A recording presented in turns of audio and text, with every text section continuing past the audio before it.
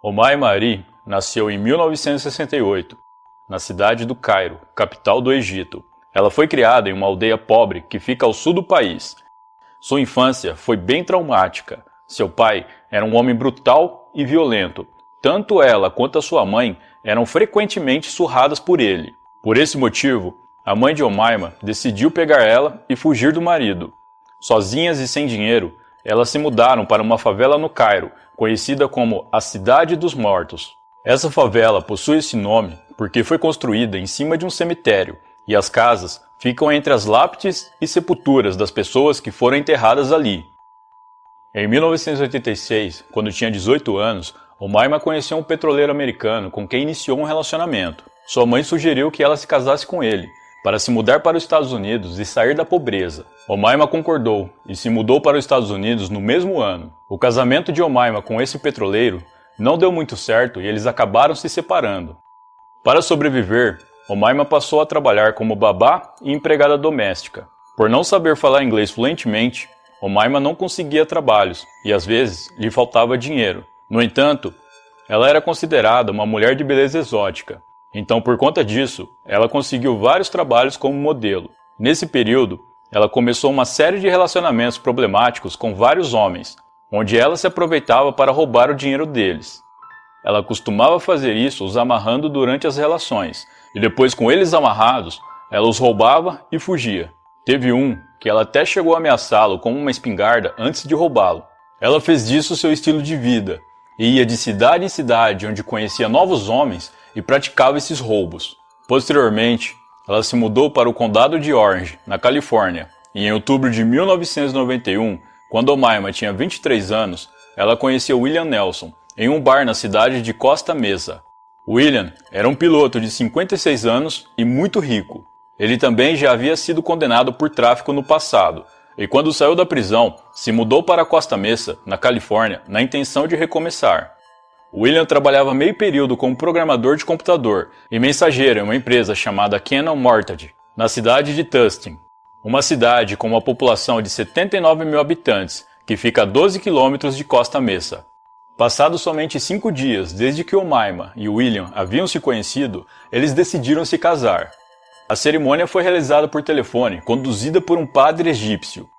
William havia se divorciado de sua esposa já fazia um tempo, porém, o divórcio ainda não tinha sido finalizado. Isso significava que ele e Omaima não estavam legalmente casados. Mas Omaima não tinha conhecimento dessa informação. Para ela, o casamento estava de acordo com as leis americanas.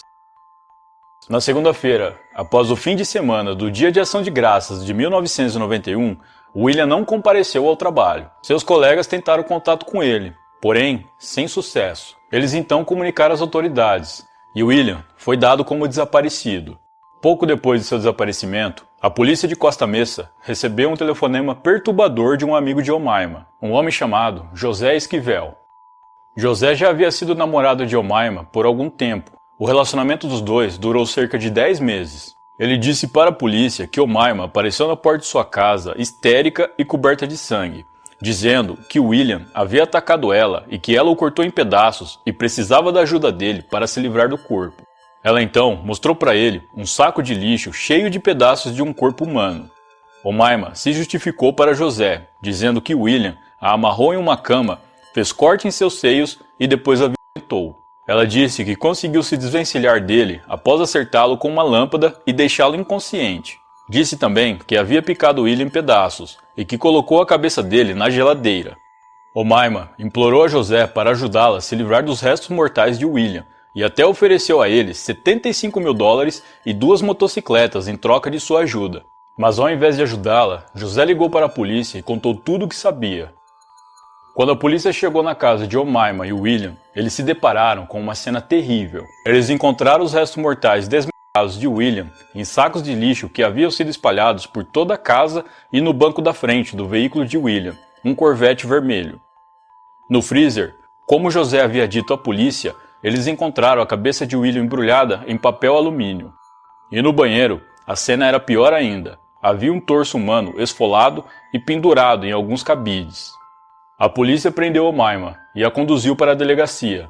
A princípio, ela disse a eles que as partes do corpo encontrado na casa era de uma pessoa que William havia matado. Depois, Omaima mudou sua versão e disse que cometeu o crime em legítima defesa e tudo aconteceu da seguinte forma. William a teria atacado e cortado seus seios e a violentado em seguida. Ela então conseguiu se livrar dele, o esfaqueou com uma tesoura e o espancou com um ferro de passar roupas. Ela bateu nele com tanta força que até chegou a quebrar esse ferro. Depois de matá-lo, ela começou a desmembrar o corpo. Omaima ainda cozinhou a cabeça de William e ferveu as suas mãos na intenção de remover as impressões digitais.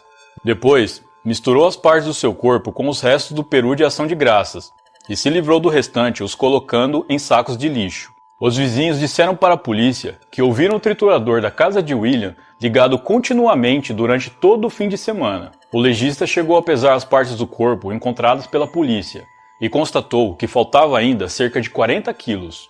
Essas partes que faltavam nunca foram encontradas.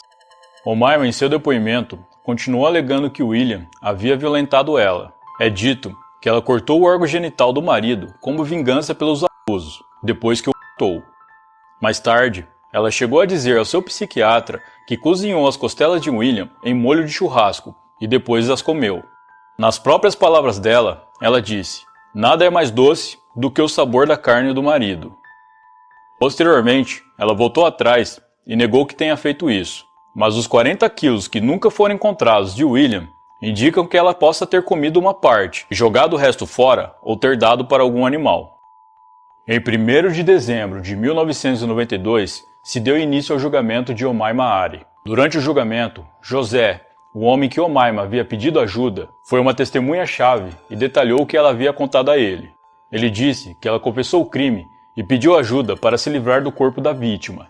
O promotor do condado, Randy Paloski, disse ao júri que Omaima era uma predadora, que ela se utilizava de sua beleza para seduzir homens mais velhos e ricos, que os amarrava e depois os roubava.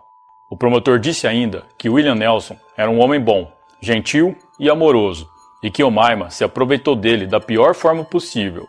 Com suas palavras, ele disse: "Ela o amarrou na cama, fingindo ser uma brincadeira, e depois o matou a sangue frio com uma tesoura antes de desmembrá-lo sistematicamente." Durante o julgamento, em defesa de Omaima, foi revelado que ela, quando era criança, foi violentada por seu pai e que ele a circuncidou sem qualquer anestesia quando ela tinha apenas 6 anos. É dito que ela cresceu traumatizada por esses atos, trauma esse que apenas aumentaram pelos ataques que ela alegou ter sofrido por William. A juíza determinou que havia provas suficientes que indicavam que a ré era culpada. Em 12 de janeiro de 1993, Omaima foi condenada por homicídio em 2º grau. Ela foi sentenciada a mais de 30 anos de prisão, com possibilidade de liberdade condicional. Ela se tornou elegível para a liberdade condicional em 2006, mas foi negada quando os comissários a consideraram imprevisível e uma séria ameaça para a segurança pública. Ela se tornou elegível novamente em 2011, mas foi negada pelo mesmo motivo. Eles alegaram que ela não se responsabilizou pelo crime e não seria uma cidadã produtiva se fosse libertada. Hoje, Omaima permanece presa e só poderá solicitar liberdade condicional novamente em 2026. O seu caso foi amplamente noticiado pela mídia na época, virando capa de jornais e documentário em programas de TV, como o canal ID. Omaima chegou até a ser comparada a Hannibal Lecter, personagem fictício do filme O Silêncio dos Inocentes.